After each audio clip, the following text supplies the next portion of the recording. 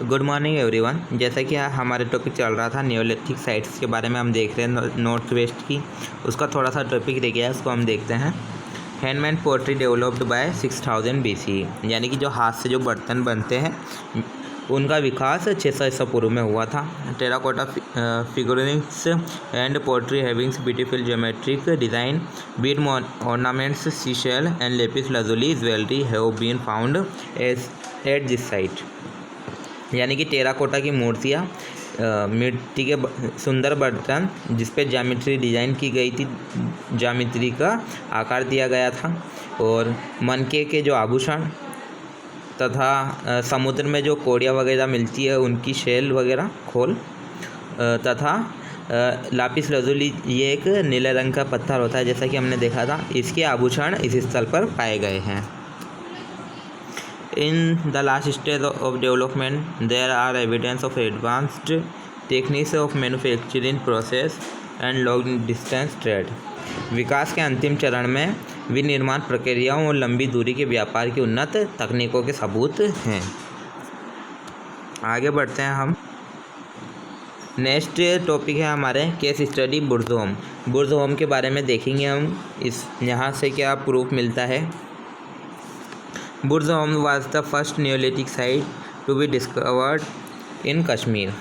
यानी कि जो बुर्ज होम जो जगह है, ये कश्मीर में खोजा जाने वाला पहला नवपाषाण स्थल था। यानी कि सबसे पहले जो नवपाषाण स्थल खोजा गया था वो कश्मीर के में खोजा था, जिसका नाम बुर्ज होम था। Archaeologist have dated this site to around 3000 BC। यानी कि पुरातात्विदों ने लगभग 3000 ईसा पूर्व के लिए इस साइट को, यानी कि ये जो स्थल है इसको दिनांकित किया है, यानी कि 3000 ईसा पूर्व की यहाँ पे डेट दी है। The site is surrounded by forest and various water sources which explains why the area was chosen for a settlement. यह स्थल जंगलों और विभिन्न जल स्रोतों से घिरा हुआ है, जो बताते हैं कि इस क्षेत्र को एक बस्ती के लिए क्यों चुना गया था। जैसा कि हम जानते हैं कि जो प्राचीन जो लोग हुए हैं उन्होंने अपना निवास स्थान ऐसी जगह बनाते थे जैसे कि दोआब का जगह हो, नदियों का मुहाना हो, नदियों के पास हो, और उनको भोजन और शिकार के लिए उपलब्ध सब चीज़ें मिल जाए, ऐसी जगह वो अपना निवास बनाते थे। तो यह हमें बताता है कि लोगों ने वहाँ पर अपना निवास या बस्ती के लिए क्यों चुना। आगे देखते हैं। The earlier inhabitant of Burj home used various polished stone, bone and antler tools. यानी कि पहले जो बुर्ज होम के जो निवासी थे उन्होंने विभिन्न चिकने पत्थर वगैरह और हड्डियों के तथा जो बारहसिंगा होता है उसके सींग के टूल्स बनाए, यानी कि इन चीज़ों का उन्होंने टूल्स बनाने के लिए इस्तेमाल किया। आगे देखते हैं हम। The bone tools included harpoon for fishing, needle for sewing, arrow heads, spear heads and daggers for hunting.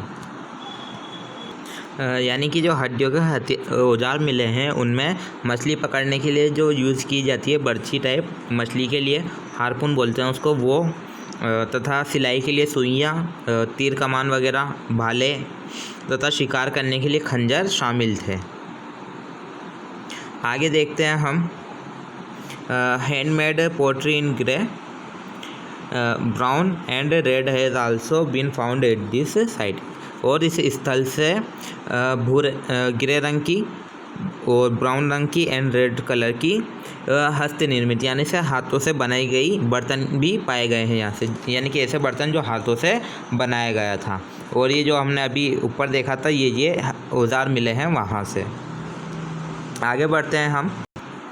A peculiar feature of Burzahom is the prevalence of a number of pit shelters dug beneath the surface of the earth and plastered with mud। यानी कि बुर्ज home जो जगह है वहाँ की एक अजीब विशेषता ये थी कि पृथ्वी की सतह के नीचे, यानी कि जो पृथ्वी होती है उसकी सतह के नीचे खोदे गए गड्ढे, आश्रयों की संख्या और मिट्टी की के साथ प्लास्टर की एक व्यापकता है। यानी कि क्या करते थे, वो आश्रय रहने के लिए ज़मीन की सतह के अंदर वो गड्ढे खोद लेते थे और उसके अंदर रहते थे और उन पर वो प्लास्टर टाइप से उस पर कर देते थे। आगे देखते हैं हम। This pit shelter were round और rectangular in shape, narrow at the top and wider at the base. यानी कि ये जो गड्ढे मिले हैं, ये जो आश्रय गड्ढे मिले हैं, या इनके आकार गोल होता था। ये आकार में गोल और आयताकार थे, शीर्ष पर संकीर्ण और आधार पर व्यापक थे। आगे देखते हैं हम।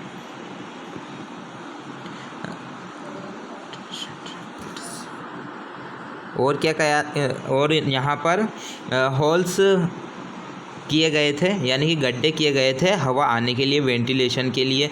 जैसे कि आजकल खिड़कियाँ बनाई जाती है हवा के लिए, उस टाइम पर वहाँ पर गड्ढे किए गए थे, चारों ओर खोद दिया गया था हवा के लिए। आगे देखते हैं। This pit shelter are believed to have offered protection from the harsh winters.